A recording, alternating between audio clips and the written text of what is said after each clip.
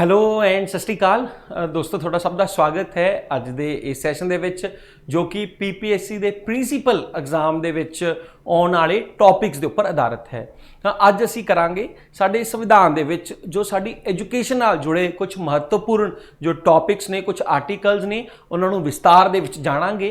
ਅਤੇ ਇਸ ਕਲਾਸ ਨੂੰ ਸ਼ੁਰੂ ਕਰਨ ਤੋਂ ਪਹਿਲਾਂ ਕਹਿਣਾ ਚਾਹਾਂਗਾ ਕਿ ਇਸ ਦਾ ਅੱਜ पार्ट 1 है, क्योंकि दोस्तों बहुत सारे आर्टिकल्स ने, बहुत सारे जो साड़ी कॉन्स्टिट्यूशनल प्रोविजनस ने जो साड़ी एजुकेशन पॉलिसीज़ दे नाल है जुड़े हुए ने। क्योंकि जो पार्ट ए है साडे एग्जाम का, प्रिंसीपल एग्जाम का, तो उस दे जो 10 इंपॉर्टेंट टॉपिक्स हैं जो सानू PSCB ने दिते हुए ने, उस दे विचों एक टॉपिक ए भी है। तो चलते हाँ, इसकी शुरुआत करते हाँ। तो ये जो साडे मेजर कॉन्स्टिट्यूशन प्रोविजनस ने, तो इन्हां विच है अज 5 इंपॉर्टेंट है प्रोविजनस नूं है मैं थोड़े नाल डिस्कस करांगा। तो ये जो 5 इंपॉर्टेंट प्रोविजनल्स ने, जिस दे विचों सब तो पहलां असीं गल करांगे जदों आज़ादी तो बाद या फिर तुसीं कह लवो संविधान नूं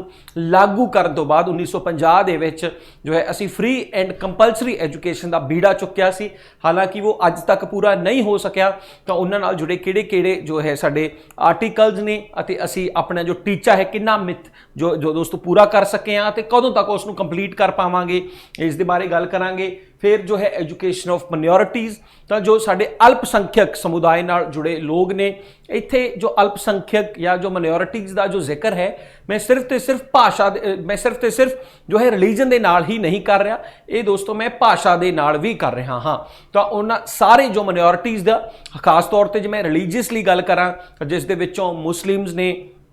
सिख ने, बुद्धिस्ट ने, जैनस ने, उस तो अलावा पारसी ने, अते दोस्तों जो है असी क्रिश्चियंस की गल कर सकते हैं। तो इन्हां नाल जुड़ियां अते होर बहुत सारियां जो ट्राइबल भाषावां ने या जो लिंग्विस्टिक भाषावां ने, उन्होंने है बचाउण लई किहड़े-किहड़े आर्टिकल संविधान दे विच प्रोविजन दिते हुए ने, उस बारे असी गल करांगे। फिर असी लैंग्वेज सेफगार्ड है, तो भाषा नूं जो है सेफगार्ड करन दे लई है संविधान दे विच किहड़े-किहड़े प्रोविजनस दिते ने। फिर एजुकेशन फॉर वीकर सैक्शन लई किस किस जो है प्रोविजनल जो है आर्टिकल दे तहत दिता गया। अते अखीरला जो है होएगा वो होएगा साडी सैकुलर एजुकेशन नाल जुड़िया होया जी। सैकुलर दा मतलब इत्थे है कि जो स्टेट है, असी अपने स्टेट नूं सैकुलर बोलते हाँ दोस्तों। इसका जिक्र तो संविधान दे विच 1976 दे विच है लिखती तौर के उपर होया, लेकिन शुरुआत तो ही आज़ादी तो ही या 1950 26 जनवरी तो ही असी अपने स्टेट नूं, असी अपने देश नूं है एक सैकुलर स्टेट के तौर पर है रिप्रजेंट किया है। जिसका मतलब है कि जो देश है, जो सरकार है देश की, वो किसी भी तरीके दे धार्मिक तौर पर है किसी नाल कोई भेदभाव नहीं करेगी। अते ये जो सैकुलरिज्म है एजुकेशन दे विच भी सानू वेखण नूं मिलेगा कि सरकार द्वारा जो कोई भी पैसा, कोई फंड किया गया स्कूल या कोई एजुकेशनल इंस्टीट्यूट है, उत्ते किसी भी तरह की धार्मिक जो इंस्ट्रक्शनस हैं देनियां पूरी तरह नाल मनाही होगी। तो ये जो 5 दे 5 इंपॉर्टेंट जो प्रोविजनस ने उन्होंने है डिस्कस करांगे। लेकिन उस तो पहला मैं चाहांगा सैशन को एक बार जरूर है शेयर जरूर कर दिया करो, क्योंकि थोड़े सारे दे सारे ये जो PPSC प्रिंसीपल नाल जुड़े जो स्टूडेंट्स ने, हुण मैं स्टूडेंट्स शब्द कहाँ का नहीं कहा क्योंकि ऑलरेडी सारे गवर्नमेंट टीचर्स ने, तो जरूर कहांगा क्योंकि साडा ये जो चैनल पंजाब सक्सैस मंत्र है थोड़े लिए बिल्कुल फ्री ऑफ कॉस्ट है, ये लैके आया है जिथे असी पूरा का पूरा सिलेबस तुहानूं फ्री ऑफ कॉस्ट है करवाउणा है। अते इसनूं जरूर है शेयर लाइक है जरूर कर दिया करो जी। तो सब तो पहला असी देखते हाँ फ्री एंड कंपलसरी एजुकेशन जो है एक की है जी। तो फ्री एंड कंपलसरी एजुकेशन जदों ही साडा जो संविधान है दोस्तों लागू किया गया, साडा संविधान लागू होया 26 जनवरी 1950 नूं। तो साडे देश दे विच दोस्तों असी गल करते हाँ कि जो साडे DPSP सन, DPSP directive principles of the state policy, जिस दे तहत असी देश दे विच बहुत सारे इस तरह के कानून या इस तरह के इनीशिएटिव लेना चाहते सी जो कि सानू जो है आने वाले समय दे विच बहुत वड्डे स्तर पर है बेनिफिट देने वाले सी। जिस दे विचों चाहे वो पर्यावरण नाल जुड़े जो है बहुत सारे मोटिव्स होण, एजुकेशन नाल जो है जुड़े जो मोटिव्स होण दोस्तों, तो ये बहुत ही इंपॉर्टेंट टॉपिक सी। तो असी जो है टीचा रखा कि स्टेट ने जो टीचा रखा कि अगले 10 साल दे विच, हुण 10 साल का मतलब है क्योंकि 1950 दे विच जो असी आज़ाद होए संविधान लागू होया, तो असी टीचा रखा सी 1960 तक का। लेकिन जो है अज वैसे सुन के या देख के समझ के बड़ा अजीब जा लगता है कि 10 साल दे विच तां इह पूरा हो ही नहीं सकता सी, क्योंकि नवा जो है देश आज़ाद होया सी, साडे कोल पैसा कमाउण दे सोर्सेस बड़े लिमिटेड होया करदे सी, देश दे विच गरीबी बहुत ही ज़्यादा सी अते उन्हां हालातां दे विच है इस जो है टारगेट नूं पूरा करना भी बहुत ही ज़्यादा मुश्किल सी। लेकिन ये टारगेट असी जो है अज भी पूरा वैसे नहीं कर पाए अते उम्मीद करते हैं ये जो सरकारां उम्मीद करदियां कि ईवन इस शताब्दी के अखीर तक असी अपनी 100% जो प्राइमरी एजुकेशन है जी, ठीक है, असी दोस्तों इत्थे जो है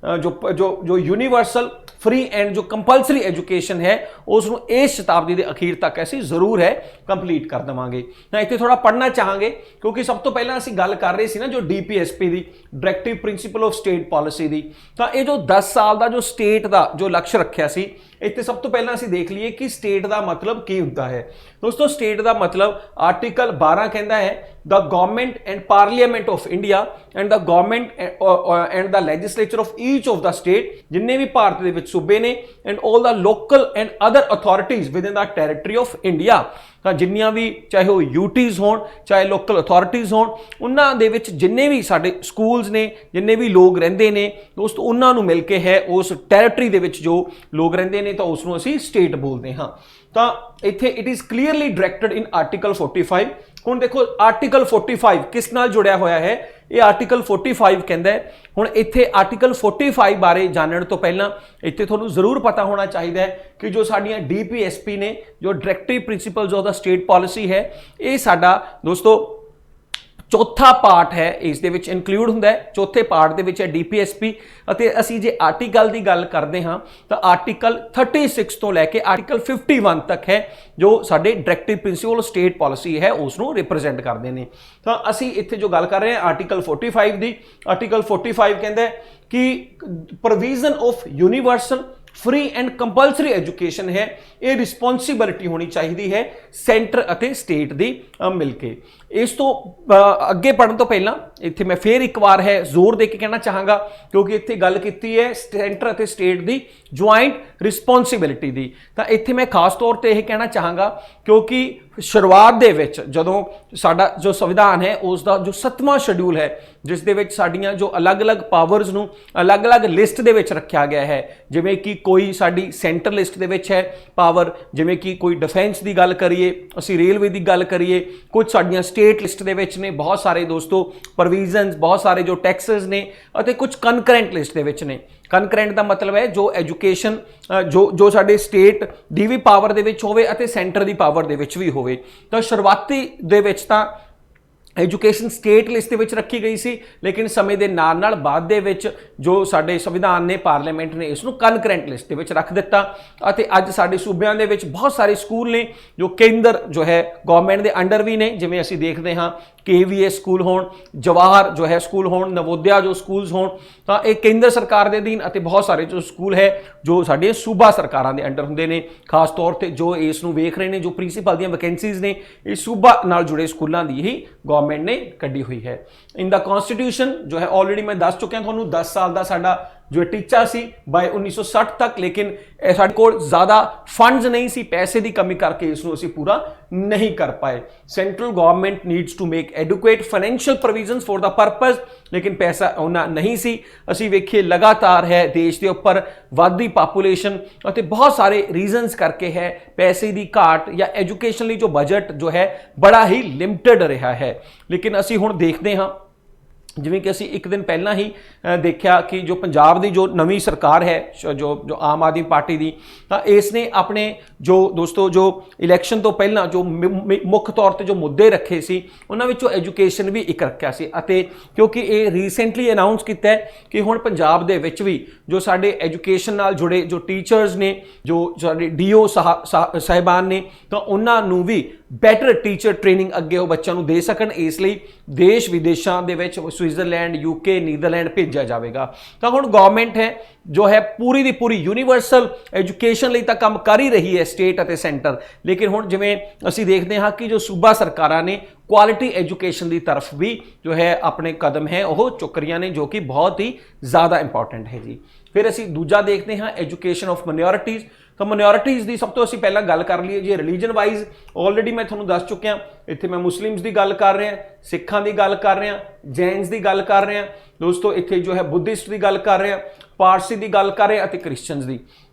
या फिर भाषा के आधार पर। तो दोस्तों जे भाषा के आधार पर देखिए ज़्यादातर हिंदुस्तान दे विच हिंदी स्पीकिंग है या फिर वड्डे इलाके दे विच है तमिल बोली जाती है, ठीक है। और लोकल लिंग्विस्टिक भाषावां ने अते इन्हां भाषावां दे आधार ते है भारत दे विच सूबे भी बने हुए ने। लेकिन असी जे वेखिए वड्डे स्तर ते जे भाषा कोई भारत दे विच बोली जाती है दैट इज़ द हिंदी। लेकिन कुछ ऐसियां खेतरी भाषावां ने जिन्हां नूं बहुत ही घट लोग जो है जो इंपॉर्टेंस दिंदे ने अते बहुत ही घट लोग उन्हां नाल जुड़े हुए ने। जिवें कि मैं एक एग्जाम्पल लै सकदा, जिवें खास तौर पर जदों असीं पंजाब की गल करते हाँ तो पंजाब दे विच जो साडा जोग्राफिकल रीजन है जिहदे विच असीं माझा मालवा दुआबे की गल करते हैं हमेशा, तो इत्थे दोस्तों जो पुआध इलाके के लोग ने तो वो हमेशा उन्हां दे तुसीं जे नाल जाके बैठोगे तो उन्होंने लगेगा कि जो पंजाबी भाषा ही बड़े खतरे दे विच है। तो पंजाबी दे विच जो पुआध का इलाका है ये मोहाली या पटियाला राजपुरा के कुछ शहर ने पिंड ने, तो उसकी जो जो जो एग्जिस्टेंस है उसनूं बचाउण लई बड़ा जो है उन्होंने संघर्ष करना पै रहा है। तो इत्थे असीं भाषा के आधार पर जो माइनॉरिटीज़ ने रिलीजन के आधार पर जो माइनॉरिटीज़ ने shall have the right to establish, तो उन्होंने अधिकार है कि वो अपनी भाषा नूं जो है कंजर्व करने बचाउण लई वो है अपने एजुकेशन इंस्टीट्यूट्स है उन्होंने एस्टैबलिश कर सकते हैं। तो इत्थे माइनॉरिटीज़ की जदों असीं गल करते हैं तो माइनॉरिटीज़ जो शब्द है क्योंकि असी अपने देश को सैकुलर बोलते हाँ लेकिन जो साडे देश तो अलग एक देश बनया सी दोस्तों वो इस्लामिक मतलब एक रिलीजन नूं है प्रमोट करने लई तुसीं कह सकते हो जो है उस देश की स्थापना की गई सी तो इस्लामिक नेशन सी। लेकिन भारत दे विच असीं शुरुआत तो ही सैकुलर सोच के नाल अगे वधे हाँ और माइनॉरिटीज़ लई साडे जो फंडामेंटल राइट ने जो साडे मौलिक अधिकार ने उन्हां विचों खास तौर पर कुछ प्रोविजनस रखे गए ने माइनॉरिटीज़ नाल जुड़े हुए कल्चरल उन्हां दे हैरीटेज की, चाहे उन्हां दी भाषा नूं जो है कंजर्व करन दी गल होवे उन्हां दे जो रिचुअल्स नूं है चाहे बचाउण दी गल होवे। तां इत्थे असीं गल करदे हां जो साडे फंडामेंटल राइट ने आर्टिकल 12 तो आर्टिकल 35 तक। तां इत्थे असीं गल कर रहे हां आर्टिकल 30 दी, जो आर्टिकल 29 और 30 ने वो माइनॉरिटीज़ नाल जुड़े ने। खास तौर पर आर्टिकल जो 30 है जो भारत के constitution relates to certain cultural and educational right दोस्तों, चाहे वो कल्चरल होवे चाहे वो किसी भी तरह का एजुकेशनल राइट होवे दोस्तों to establish and administer educational institute. तो ये भारत का संविधान का जो आर्टिकल 30 है ये दोस्तों रिलेटेड है कि किसी भी तरह का कल्चरल एंड एजुकेशनल राइट नूं है प्रमोट करने लई कोई भी जो माइनॉरिटी है अपने इत्थे अपने पैसे के नाल है एजुकेशनल इंस्टीट्यूट खोल सकती है और उसके उपर किसी भी तरह की कोई रोक नहीं होगी। तो एजुकेशन ऑफ माइनॉरिटीज़। फिर असी जे गल करिए लैंग्वेज सेफगार्ड्स की तो इत्थे असी कुछ सब क्लॉजेस दी जावांगे जिवें मैं ऑलरेडी दस्सिया आर्टिकल 29 और 33। आर्टिकल 30 की तो असी गल कर ली कि कोई भी अपनी संस्कृति नूं अपने कल्चर नूं बचाउण लई एजुकेशनल इंस्टीट्यूट है वो खोल सकता है। आर्टिकल 29 क्लॉज की कहता है इनू ध्यान नाल तुसीं देखोगे any section of the citizen residing in the territory of India, कोई भी व्यक्ति जो भारत दीयां हद्दां दे विच रहिंदा है टेरिटरी दे विच रहिंदा है और any part thereof having a distinct language दोस्तों अते कोई भी इस तरह की भाषा दे नाल जुड़िया है जो कि बहुत घट लोकां नाल जुड़ी होवे स्क्रिप्ट और कल्चर ऑफ इट्स ओन ਅਤੇ ਉਹਨਾਂ ਦਾ ਆਪਣਾ ਹੀ ਇੱਕ ਕਲਚਰ ਹੋਵੇ। ਜਿਵੇਂ ਇੱਕ ਐਗਜ਼ਾਮਪਲ ਮੈਂ ਤੁਹਾਨੂੰ ਆਲਰੇਡੀ ਦੇ ਚੁੱਕਿਆ ਹਾਂ ਪੁਆਧ ਦੇ ਇਲਾਕੇ ਦੀ ਐਗਜ਼ਾਮਪਲ ਦੇ ਸਕਦੇ ਜਿਵੇਂ ਅਸੀਂ ਖਾਸ ਤੌਰ ਤੇ ਦੇਖਦੇ ਹਾਂ ਨਾ ਦੋਸਤੋ ਜੋ ਸਾਡੀਆਂ ਖੇਤਰੀ ਭਾਸ਼ਾਵਾਂ ਨੇ ਚਾਹੇ ਉਹ ਮਲਵਈ ਹੋਵੇ ਚਾਹੇ ਉਹ ਸਾਡੀ ਜੋ ਮਾਝੀ ਭਾਸ਼ਾ ਹੋਵੇ ਚਾਹੇ ਉਹ ਜੋ ਹੈ ਦੁਆਬਾ ਦੀ ਭਾਸ਼ਾ ਹੋਵੇ ਤਾਂ ਲੋਕਲ ਸਤਰ ਤੇ ਉਹ ਬੋਲੀ ਜ਼ਰੂਰ ਜਾਂਦੀ ਹੈ। ਹਾਲਾਂਕਿ ਉਹਨਾਂ ਨੂੰ ਕੰਜ਼ਰਵ ਕਰਨ ਬਾਰੇ ਅਸੀਂ ਜ਼ਿਆਦਾ ਸੋਚਦੇ ਨੇ ਲੇਕਿਨ ਪੁਆਧ ਵਾਲੇ ਥੋੜਾ ਐਕਸੈਪਸ਼ਨਲ ਨੇ। ਹਾਲਾਂਕਿ ਤੁਹਾਨੂੰ ਇਹ ਵੀ ਪਤਾ ਹੋਏਗਾ ਕਿਉਂਕਿ ਅਸੀਂ ਇਹਨਾਂ ਸਭ ਨੂੰ ਜੋ ਹੈ ਥੋੜੇ ਏਸੈਂਟ ਸਾਡੇ ਖੇਤਰ ਵਾਈਜ਼ ਜ਼ਿਲ੍ਹਾ ਵਾਈਜ਼ ਡਿਫਰੈਂਟ ਜ਼ਰੂਰ ਨੇ ਲੇਕਿਨ ਅਸੀਂ ਜਦੋਂ ਆਪਣੇ ਲਿਖਣ ਦੀ ਗੱਲ ਕਰਦੇ ਹਾਂ ਮਤਲਬ ਜੋ ਭਾਸ਼ਾ ਨੂੰ ਅਸੀਂ ਲਿਖਤੀ ਰੂਪ ਦੇ ਵਿੱਚ ਲਿਖਦੇ ਹਾਂ ਠੀਕ ਹੈ ਜਾਂ ਫਿਰ ਅਸੀਂ ਉਸ ਨੂੰ ਟਕਸਾਲੀ ਭਾਸ਼ਾ ਵੀ ਬੋਲ ਦਿੰਦੇ ਹਾਂ ਦੋਸਤੋ ਉਹ ਜੋ ਮਾਝੇ ਦੀ ਭਾਸ਼ਾ ਹੈ जो मझैल जिन्हों बोलते हैं तो वही साडी टकसाली भाषा है जो लिखती रूप दे विच असी अपने सरकारी दफ्तरां दे विच पंजाब दे विच यूज़ करते हैं। तो ये कहता है कि आर्टिकल जो 29 क्लोज ये है तो ये उन्हां सारियां भाषावां जो बहुत थोड़े लोगों के नाल जुड़ियां हुई ने will have the right to conserve the same. तो वो आपां पूरी तरह ये जो आर्टिकल क्लोज 1 है उसनूं बचाउण लई कंजर्व करन लई है ताकत दिंदा है। Article 350B provides for the appointment of special officers even ਇਹ ਜੋ ਬਹੁਤ ਥੋੜੇ ਲੋਕਾਂ ਨਾਲ ਜੁੜੀਆਂ ਭਾਸ਼ਾਵਾਂ ਨੇ, ਕਲਚਰ ਨੇ। ਆਰਟੀਕਲ 350 ਕਲੌਜ਼ ਜੋ ਵੀ ਦੋਸਤੋ ਇਹ ਈਵਨ ਸੂਬਾ ਸਰਕਾਰ ਨੂੰ ਇਹ ਅਧਿਕਾਰ ਵੀ ਦਿੰਦਾ ਹੈ ਕਿ ਉਹ ਸਪੈਸ਼ਲ ਆਫੀਸਰ ਤੈਨਾਤ ਕਰ ਸਕਦੇ ਨੇ, ਅਪਾਇੰਟ ਕਰ ਸਕਦੇ ਨੇ, ਤਾਂ ਕਿ ਇਹਨਾਂ ਲਿੰਗੁਇਸਟਿਕ ਮਿਨੋਰਿਟੀਜ਼ ਨਾਲ ਜੁੜੀਆਂ ਭਾਸ਼ਾਵਾਂ ਅਤੇ ਕਲਚਰ ਨੂੰ ਇਹ ਪੂਰੀ ਤਰੀਕੇ ਨਾਲ ਹੈ ਉਹ ਸੇਫਗਾਰਡਸ, ਉਹਨਾਂ ਨੂੰ ਸੁਰੱਖਿਆ ਮਿਲ ਸਕੇ। ਹੁਣ ਦੇਖੋ ਐਗਜ਼ਾਮ ਦੇ ਵਿੱਚ ਤੁਹਾਨੂੰ ਇਹ ਜੋ ਪ੍ਰੋਵੀਜ਼ਨਲ ਆਰਟੀਕਲਸ ਨੇ, ਠੀਕ ਹੈ, ਡਾਇਰੈਕਟ ਤੌਰ ਤੇ ਵੀ ਸਿੱਧੇ ਤੌਰ ਤੇ ਵੀ ਪੁੱਛੇ ਜਾ ਸਕਦੇ ਨੇ। ਜਿਵੇਂ ਹਜੇ ਤੱਕ ਅਸੀਂ ਜੋ ਜ਼ਿਕਰ ਕੀਤਾ ਹੈ ਆਰਟੀਕਲ 45 ਦਾ ਕੀਤਾ ਹੈ, ਆਰਟੀਕਲ 30 ਦਾ ਕੀਤਾ ਹੈ, ਆਰਟੀਕਲ 29 ਕਲੌਜ਼ A ਦਾ ਕੀਤਾ ਹੈ, ਅਤੇ ਅਸੀਂ ਗੱਲ ਕਰ ਲਈ ਆਰਟੀਕਲ 350B ਦੀ ਵੀ। ਫਿਰ ਉਸ ਤੋਂ ਬਾਅਦ ਅਸੀਂ ਗੱਲ ਕਰਦੇ ਹਾਂ ਵੀਕਰ ਸੈਕਸ਼ਨ ਦੀ ਜੀ। ਤਾਂ ਵੀਕਰ ਸੈਕਸ਼ਨ ਦੀ ਜਦੋਂ ਅਸੀਂ ਗੱਲ ਕਰੀਏ ਤਾਂ ਦੋਸਤੋ ਜੋ ਸਾਡਾ ਪਹਿਲਾ ਫੰਡਾਮੈਂਟਲ ਰਾਈਟ ਹੈ ਇਕੁਐਲਿਟੀ ਬਿਫੋਰ ਲਾਅ, ਉਸ ਦੇ ਵਿੱਚ ਵੀ ਇਸ ਦਾ ਜ਼ਿਕਰ ਹੁੰਦਾ ਹੈ, ਠੀਕ ਹੈ। ਤਾਂ ਅਸੀਂ ਵੇਖਦੇ ਹਾਂ ਆਰਟੀਕਲ 15, ਆਰਟੀਕਲ 17, ਆਰਟੀਕਲ 46 जो है ये सेफगार्ड करते हैं educational interest of the weaker section of the Indian community. हुण इत्थे वीकर सैक्शन तो जो भाव है दोस्तों ये संख्या दे विच भी हो सकता है, ठीक है, ये सोशल तरीके नाल भी हो सकता है, पॉलिटिकल रिप्रेजेंटेटिव के तरीके नाल भी हो सकता है, ठीक है। तो इत्थे खास तौर पर असीं देखते हैं सब तो पहला that is socially and educationally backward classes of the citizens and scheduled caste and scheduled tribe. हुण पंजाब दे विच तां वैसे कोई ज़्यादा शेड्यूल्ड ट्राइब्स नहीं ने, है ही नहीं है, लेकिन बहुत सारे हिंदुस्तान के इलाके ने जिवें खास तौर पर मैं हिमाचल, उत्तराखंड, नॉर्थ ईस्ट की गल कर सकदा है, जित्थों के बहुत ही थोड़े लोग, थोड़ी जी ट्राइब है और उन्हों का अपना वखरा कल्चर, हैरीटेज, अपना अलग भाषा होवे तो उन्होंने ये कंजर्व करने की पूरी तरह है अधिकार दिंदी है। तो article 15 states nothing in this article or in the clause 2 of article 29 shall prevent the state for making any special provision for the advancement of any socially and educational backward classes of the citizen। फिर असी article 46 की गल करिए दोस्तों, ये कहता है कि जो फैडरल गवर्नमेंट है, फैडरल गवर्नमेंट का मतलब है कि जिथे सूबे सरकारां कोल भी जो है केंद्र सरकार दे नाल है ताकत होवे। इसका जिवें असी अमरीका वड्डा एग्जाम्पल लै लैंदे हां। हालांकि असी पूरी तरह का फैडरल नहीं हाँ, साडे देश दे विच पूरी तरह फैडरल गवर्नमेंट नहीं है, असी अपने आप नूं क्वासी फैडरल बोलते हाँ जी। तो ये जो क्वासी फैडरल साडी गवर्नमेंट है इज़ रिस्पोंसिबल, ये जो है जे दोस्तों